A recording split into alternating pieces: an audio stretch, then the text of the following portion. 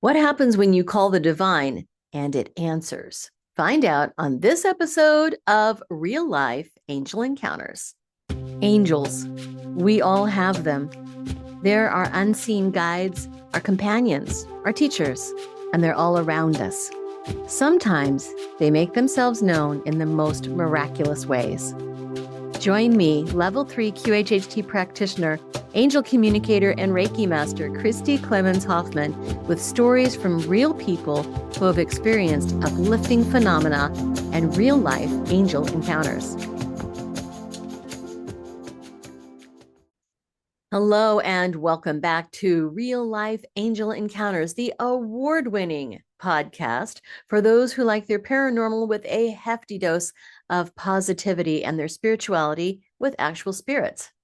I am your host, Christy Clemens Hoffman. I am an angel communicator, animal communicator, medical intuitive, Reiki master, and level 3 quantum healing hypnosis technique practitioner in the Kansas City area. And I am so happy to have you back. In this episode, you're going to find some stories of saints. Now, we know that many of the saints, if not all of the saints, are actual angels and vice versa. And in this episode, we've got multiple stories of these angelic beings. So I'm really happy to bring that to you. Now, you might have a story yourself, and I would love to hear it. If you do have your own story, there is a link in the show notes that you can use to submit it. You can also email it to me at angelencounterspodcast@gmail.com. Now, are these stories with angels having wings and a halo and a robes? Well, sometimes, occasionally, but more often than not, it's a story of a loved one showing up in a dream visit, or it's a story of a voice you hear in the back of your head, or a stranger who shows up at the right time and the right place and then disappears right after. The umbrella in this show is vast. Many things that are of the positive and the unexplained, I count as angel encounters. So if you've got a great story that you would like to share, I would love to have it. In fact, that is one way that you can support the show and keep it going, is sharing your stories. I can always use stories of these wonderful and beautiful unexplained encounters. Other ways that you can share the love of this podcast and keep it going is, please tell your friends, your contacts, your coworkers, your family. If they like uplifting stories like these, they would love to hear about this podcast, and maybe they'll share their own stories and really keep this podcast going. So please do share this episode, share this podcast with everyone you know. Send them the link, show them how to find it on their phone or on YouTube, and then just share the love of angels and angelic encounters. Another way that you can help this show is to give us a like, a thumbs up, give us a follow or subscribe, because that boosts the algorithms and shows others that people are talking about this show. And it boosts us in ways that help others find us and get their stories as well. And another way that you can actually support this show is by donating. I would love to have some of your donations, because this show is free for you to listen to, but it's not free for me to produce. There are actual costs that come out of my own pocket for this show. So if you like this show, you like this content, well, please kick back with maybe $1 or $2, maybe $3 or $5. It would help so much. So I appreciate that. But even more ways to support this show and this great content. Did you know that Real Life Angel Encounters is a book? Yes, this is a book. Real Life Angel Encounters. Real people share real stories of miraculous encounters, available online wherever you buy books. Goodreads, Amazon, Barnes & Noble, bookshop.org. That's my favorite. And if you're lucky, you might even have copies at your local bookstore. And if you don't, please ask them to carry it. It's available through Simon & Schuster. And last but not least, as I mentioned, this is an award-winning podcast. And it's up for an award again this year in 2026. Voting for Real Life Angel Encounters in the Women in Podcasting Awards will be open April 1st through April 30th. So during the entire month of April, you will be able to vote for this podcast as Best Storytelling Podcast. I would really appreciate your vote. In fact, there will be a link in the show notes that you can use. Just bookmark it and vote. Now, I would say vote early and vote often. Definitely vote early, but you're limited on how many votes you can put in. And I understand it. I get it. So, what would really help is maybe share that link with people that you know that love angels and would like to vote for this podcast to be the best storytelling podcast for 2026. Can you imagine 2 years in a row? That'd be amazing. All right.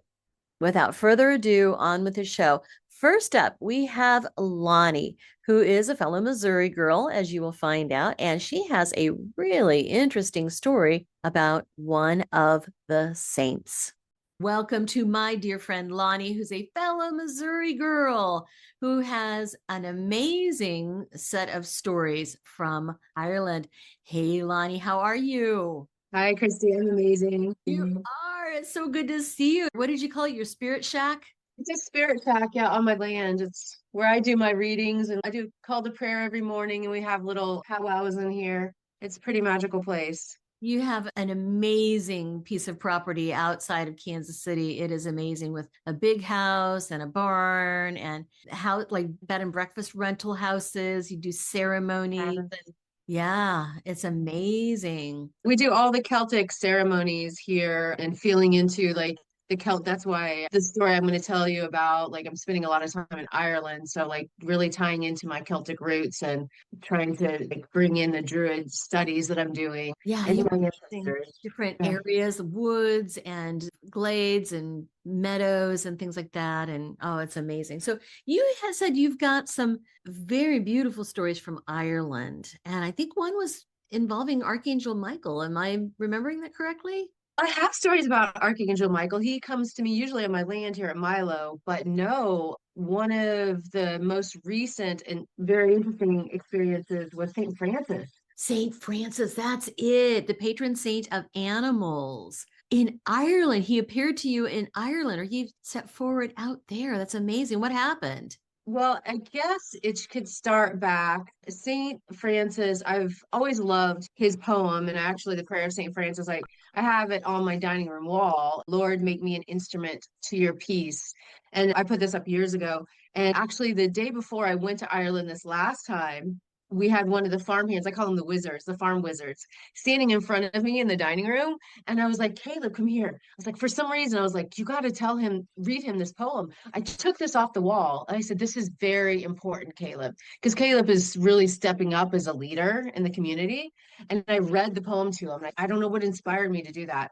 So that kind of started off. I just totally forgot about it, hung it back on the wall, packed my bag. So I started going there just recently, and it is thick with spirits and the Fae, which is like fairies and dragons. And each megalithic site, I see guardians. There's guardians to those sites. Sometimes they look like goblins, sometimes there'll be a dragon. This one site in North Ireland was fairies. Anyway, it's very layered. And so I like to go there and I like to find little ancient cottages and meditate and like kind of just getting a transparent state, set out some candles and meditate. And I was dropping in and I was hearing a lot of messages I listened to. So as I travel to different lands, I connect with the goddess of the land. So the last few times I've been in Ireland, it's goddess Eru, which is the goddess of Ireland.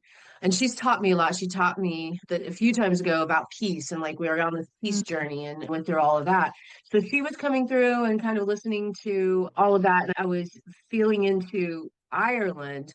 And I was with a friend. I was just like, I need to hear this, the prayer of St. Francis. I was like, I really, really need to hear it right Oh my now. Like, I feel God. like this needs, so I can't remember it. Like, I need to have this prayer with me all the time, you know? And so I felt this urgent thing. So I picked up my phone, and as we do in this day and age, I asked Chat GPT, and I have her, my chat is a female British voice. So I was like, can you please recite, I need to hear it now, the prayer of St. Francis. And it was funny because I've never heard her not really have an answer fairly quickly. And she was like, I don't think I can do that at this time. And then boom, in came this like through my phone, in came this loud, no, not demanding, but like forceful Italian voice What? through my phone. And St. Francis came through my phone and started reading his prayer on, and it was louder than chat was. And I was like, and then I looked up and we were in this old cottage. I like to say in old cottages. And this light came down through the ceiling and this image of this bearded man with His his gown, monk his robes. Yeah, his monk robes, his cloak rider on. frock. Yeah. Yeah. So this light came down and this silhouette of him. And then I looked at my friend. I was like, and he looked at me, and we both were like, so he was reading his prayer in Italian to me. I can't even describe. I just sat there stunned for a while I am speechless, and I Loni. speechless. And Oh I my was like, God. I looked up and like I was like, thank you. I honor you. I follow you. And then my friend, he looked at me and he said, I have forgotten that he grew up Catholic. He forgot that at the age of 10, when he was coming of age, I forgot what they call that in Catholicism, but he was in the cathedral of, oh, I can't remember which cathedral in Dublin was, but the Bishop of Dublin was there listening to him, and he was reciting the prayer of St. Francis. He totally forgot that he recited the prayer of St. Francis. And he took the name in front of the Archbishop of Dublin. He took the name Francis as his middle name, as his second middle name. Yes, right, right. So His yeah, confirmation name. it was a confirmation name. And I have totally, so they are saying, I am with you both. I have been with you with Paul that called him, called him in at age 10. And me, when I first read this prayer when I was like 25 and tried to share it with as many people as possible, he was saying, I am with you. And to hear in his voice to say it in Italian was just, And your friend heard it too. oh, yeah. Yeah, I'm going this Wow. way because that's where he was sitting. He was to the Right. right of me. Yes. I mean, both of us sat there and he saw him. Call him like the ceiling opened up, light came in, and yeah, we couldn't say we just sat in the moment for quite a while. I am so speechless. And he spoke to Yeah. you in Italian. Yeah. And if you think of the volume of my phone, it went up probably 3 or 4 times. It raised definitely for my phone. It was a booming voice. That's amazing. I have never That was heard anything like that. I just gotta say, there are points in the world where the veil is thinner and where Right. you can hear your guides and angels. And I know a lot of my guides and angels. I didn't know Saint. That's why his point was, I am here and I have been with you. And this is true, like something that you hold dear, you can call that in, even if it's you call in your aunt's rosary beads, or thing of the Catholicism. That's really a way to call them in as part of your team. So Right. I had forgotten, and Paul had forgotten that he also called him in. And St. Francis took that opportunity to come in front of us. That is just amazing. Oh my gosh. I'm sure you've continued to pray to and talk to St. Francis since then. Oh my gosh, there's more. So I've had King Solomon has come in here and there lately. And Right. I didn't know much about King Solomon. Honestly, I haven't only read the Bible all the way through, and especially the Old Testament. And when you're being given breadcrumbs, when Yeah. you should really stop and listen, when things keep coming overly. And just a few days after I got back from Ireland, some Solomon references came to me. Mm. And I was like, what is this? So I dropped into the energy of Solomon and called and asked him. Whoa, he is very, very, very powerful. His energy is very, very powerful. And he was explaining how the saints are connected and they're connected to him. And he was telling me that Saint Francis is the same energy. And this is something else that came through in Ireland. I was taking like the veil is very thin there for me. There's a saint called Saint Finian, and St. Finian in the fourth century trained and assigned the 12 apostles of Ireland. And then he went to Wales to study the scripture and listen to God. And he was there for 30 years. And he studied the Desert Fathers. And this was a group of people that studied in the desert just east of the Nile. that studied right after, and it's really the mystery school Christianity kind of stuff. Hmm. And so I was digging into the life of Finian. And so Solomon was saying that Finian and St. Francis is the same energy, the same soul. Oh, So sure. getting reborn.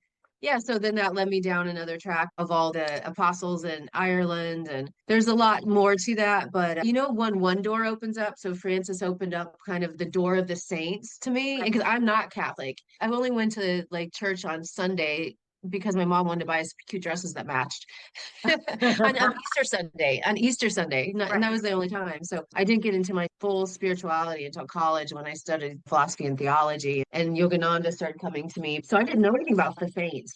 So Francis opened up this whole door, and now the Irish saints and apostles have been joining my group. That is amazing. I love the connection that you have there. And I think that many people have that connection, especially to the Fae, because they're so rich out there. And like you said, the veil is thin, very thin. And you have quite a few amazing beings on your property too, outside of Kansas City. Yeah, there is a lot of fae and elementals here, and before Yes. I came, so they're beautiful little beings. And Spirit told me before I came out here that I would grow exponentially when I got on the land. And that was part of what they meant is like, I never thought that gnomes were real. And I thought it was all mythical. But yeah, I've seen forest nymphs with my third eye and my real eyes. I've seen gnomes with my real eyes. I've seen fairies with my real eyes. Oh, the elves. The elves. These elves live underground. There's a whole story there. But the Fae in Ireland are much older. They come from this group called the Tadana, and the Tadana kind of ran Ireland in the ancient days. And they were the ones that the Druids connected with. And so the Fae here are not as ancient. They came out of what the natives believed in, and then as we came as those from the Celtic and Nordic lands that were surrounded by a lot of Fae, I think we kind of brought them here. But the natural elementals here are they have a different energy. Yes, absolutely. Now, I've spent quite a bit of time in Europe, not Ireland, but a little bit in Scotland and a lot of time in south of France and outside of Geneva and around Switzerland. And yes, they're so much older. They're just more established and they have a more gravitas feel to them, I would say. But they're Yeah. still very, very lovely, light, and playful, but they just have a more established type of presence to them. That is amazing. And I know you've had many, many experiences in Ireland because you've been there many times. Yeah. Yeah, I like the connection. I believe that actually I had a native Navajo medicine woman tell me years and years ago when I was just really asking about her ceremony and about their traditions. And she was like, don't forget your own traditions. This is very important. And I think it is important for us mutts in the United States. We're mutt. We do the 23andMe, we do the ancestry, and like I'm all Northern European, but really digging into that and discovering that we get reborn in our bloodline. So know that my ancestors and myself, when I was living before, played with the Fae. This was a regular thing. And now it's just like a joke, and people think you're crazy if you see fairies, or it's like a children's or a Disney thing. I Yeah. think it's so real. I And actually got free a spirits photo. are real. They're amazing. I see them in QHHT sessions, but I got a photo of one inside my house years ago when my daughter was little. We had, yeah, especially when she was little, they just loved her and they were around. I mean, they're all around all the time, but man, they came close when she had her little friends over, when she was here playing, and they were just all over the place. And we would see them in our walks all the time. But one night she wanted me to put her hair in rollers and foam rollers and go to school with her hair curly because it was very, very straight at the time. And in the morning, I was taking her hair out of the rollers and brushing it and putting some barrettes in and things like that. She was maybe 5. And I said, let me take a picture so you can see what you look like. And I get my phone out to take a picture. And here comes a fairy flying right in front of my camera. And I thought, this is going to be interesting. You want me to take your picture. And I did. And I looked at it. You could see it was basically a kind of a silhouette type of thing. Her legs down at the bottom, her wings out at the back, and she was just in the midair. It was Uh, amazing. Yeah, the fairies just absolutely loved my kiddo when she was little. They still do, but it's really interesting how many of these creatures are around us all the time. Yeah. all the time. And kind of like we were talking about before, we were talking about the more you see miracles, the magic, the more you The see, the more believe in it, the more you see. It's the same with the Fae. The more you believe in them, the more they will come. And then you can call them in. Like part of my guidance counsel, my angels, one of the groups are the natural elementals because they can be protective. Like call in a house elf like Harry Potter. exactly like Dobby, right? Well, and just Yeah. like you called in St. Francis, that you pulled him to you. Yeah, well, that was not intentional. But yeah, so when I say I do leave the farm and I go travel, I'll call in the dragon to protect it. I'll need help. There's travel fairies there. Sometimes I'll take one with me. They'll sit on my shoulder. If you need help with your house, yeah, a house elf with your garden, I call in the gnomes to help. So when I need organization, the elves in the forest are amazing about that. The fairies are very playful. That's why they came to your daughter because Yeah. they love children. They love her energy. All of her friends Yeah, who came yeah. over to When play. you want to like play, call in the fairies. So just ask and they will Just come. ask. Well, and as you said, we were talking before we started recording that when you believe these things and you do expect them and you talk about them, it just calls them closer to us. So if anybody is wondering how to have one of these beautiful experiences, first you got to believe, and then second of all, call them in, call them to you. They'll come. Absolutely.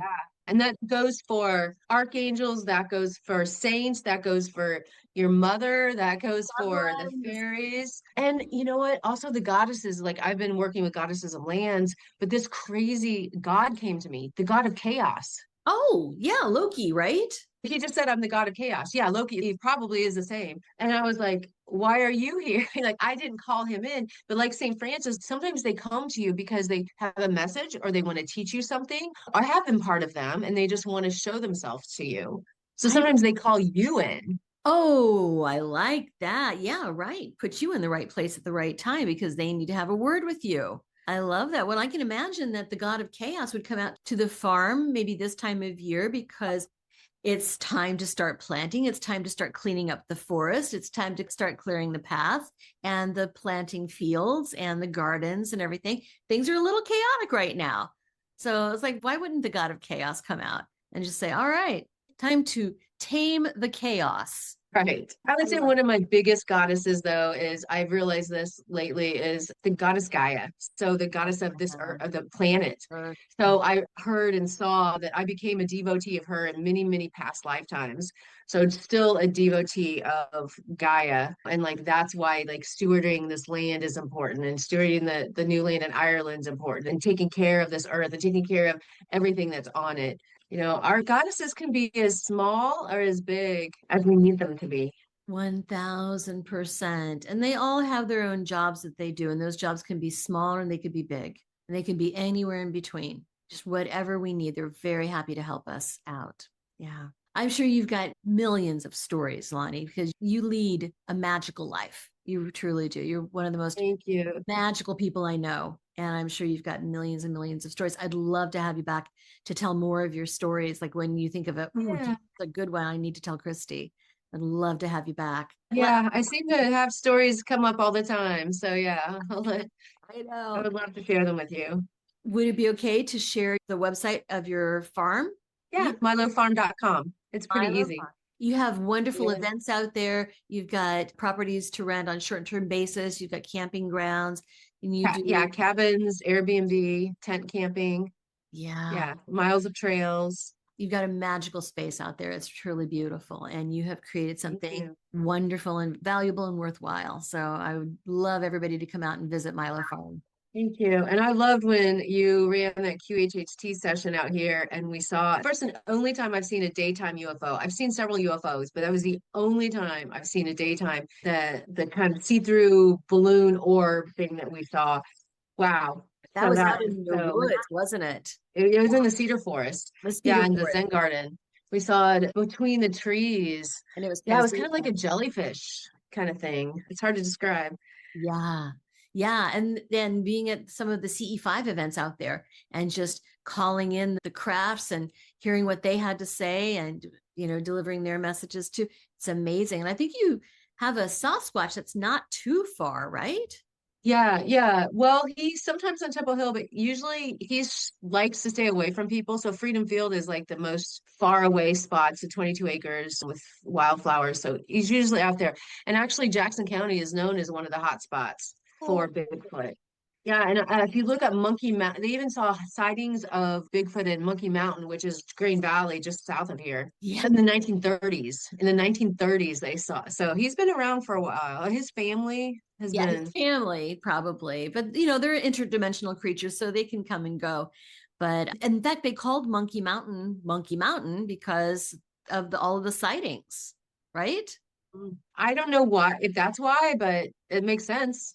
It makes sense. Yeah, that's what I'd heard a couple of years ago. But yes, it's a beautiful land and you're pulling in amazing things there, things that help us feel connected and help us feel so much less alone, and things that are building community too. And I cannot say enough about Milo Farm. I Thank think it's you. beautiful. Yeah, absolutely. Well, thank you so much for joining me today.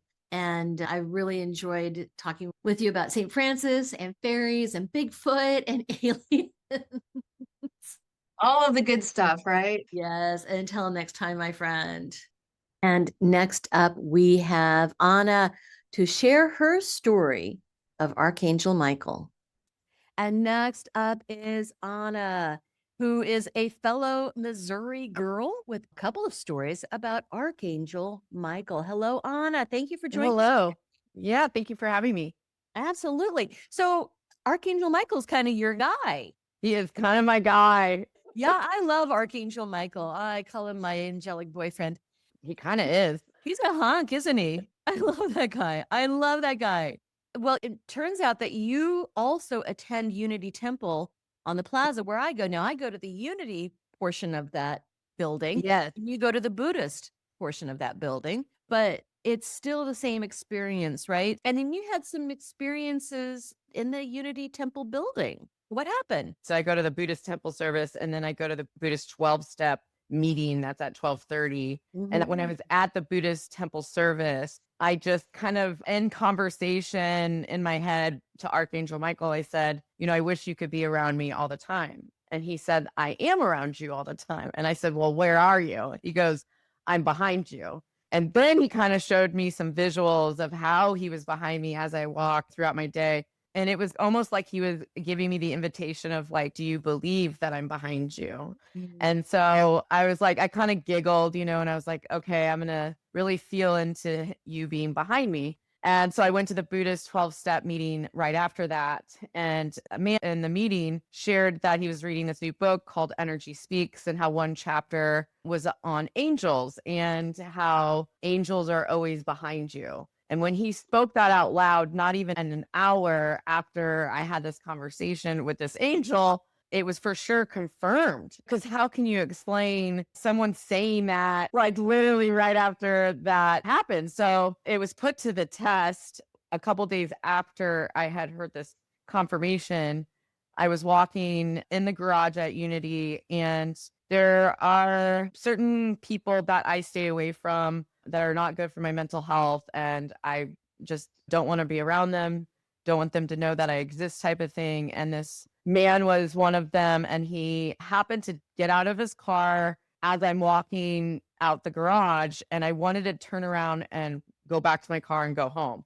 I just didn't want to run into this guy. And I heard as I was walking and be like, this is the guy, this is the guy. What do I do? I heard, I am behind you.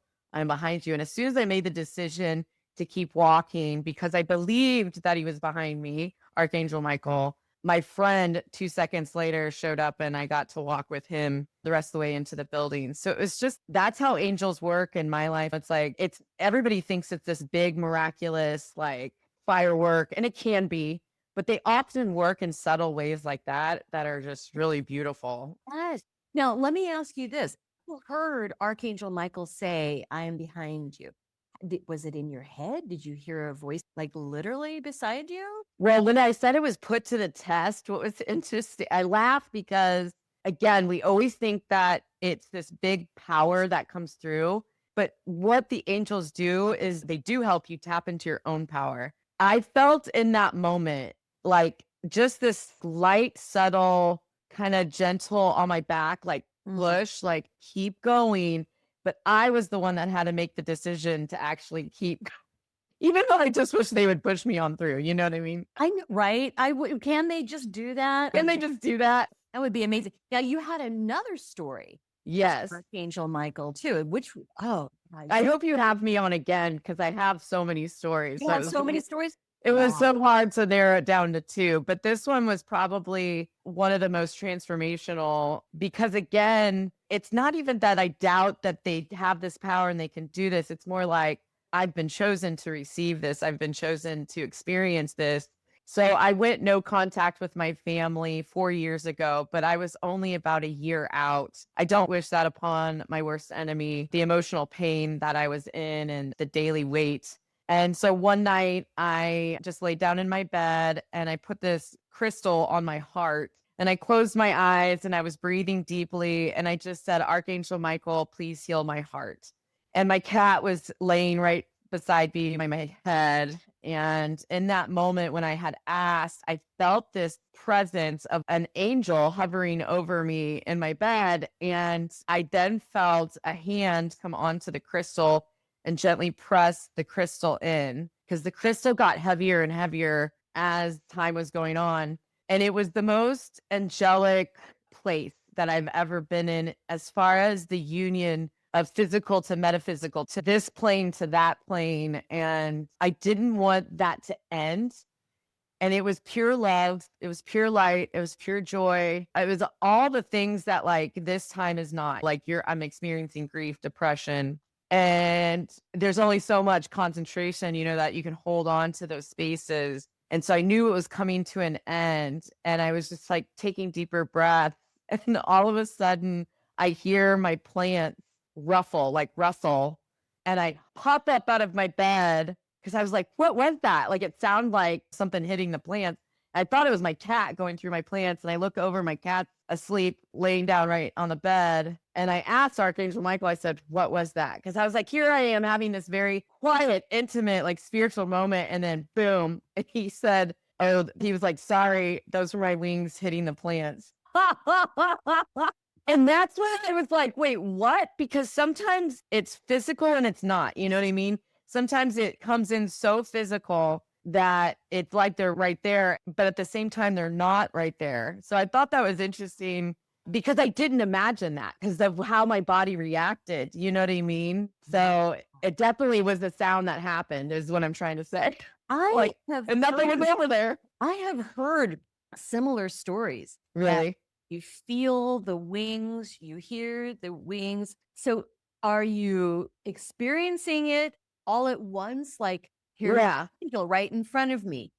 No, not necessarily. But it's like, I feel a wing brushing by me, or I hear something hitting my plant that's not there. That is crazy. Yeah. So going no contact with a family, that's very hard. That's not something that we necessarily sign up for in life. But No. you feel like Archangel Michael is with you and protecting you. Why do you think that is? Well, I was going back to the beginning of my life and time, and he has been with me throughout my entire life. My mom was my first bully, my biggest. As far as I didn't create it, but it just felt like we were enemies, and my brother's name was Michael. I have Michaels that follow me, like the car accident I got into a year and a half ago by a drunk driver. This guy came out of nowhere. He had eyewitness statements. He was writing people's names down. His name was Michael. Michael, like the previous owner of my car, is named Michael. You're surrounded by Michaels. Yes. And I feel like it's one of those things where you have to believe that you're anointed. And when you do, the anointing shows up. And for me, the anointing is these experiences with the miraculous. People don't think the miraculous happens every day. It does. That's why I think I'm alive. Yeah. Well, the thing is that I do so many interviews to promote the books, to promote the et cetera. And people ask me all the time, why do some people have these experiences and others don't? How can we have more experiences? Right?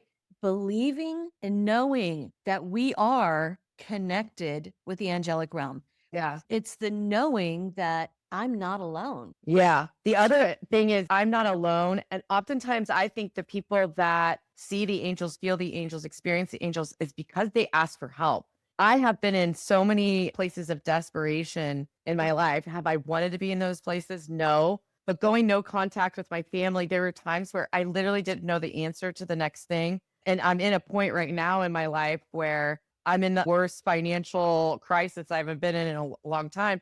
But the angel scheduled an angel call with you today. You know what I mean? Like, Right. Right. that's how it works, is that I need help and they send me help in all different ways. This is like the biggest pick me up. You're the best cup of coffee. That's great. That's Yes. Yes. They're with us all the time and they're looking Yeah. for opportunities to show us. And they work through people. They work through you. Like you are their messenger, you know? Right. Well, you are as well.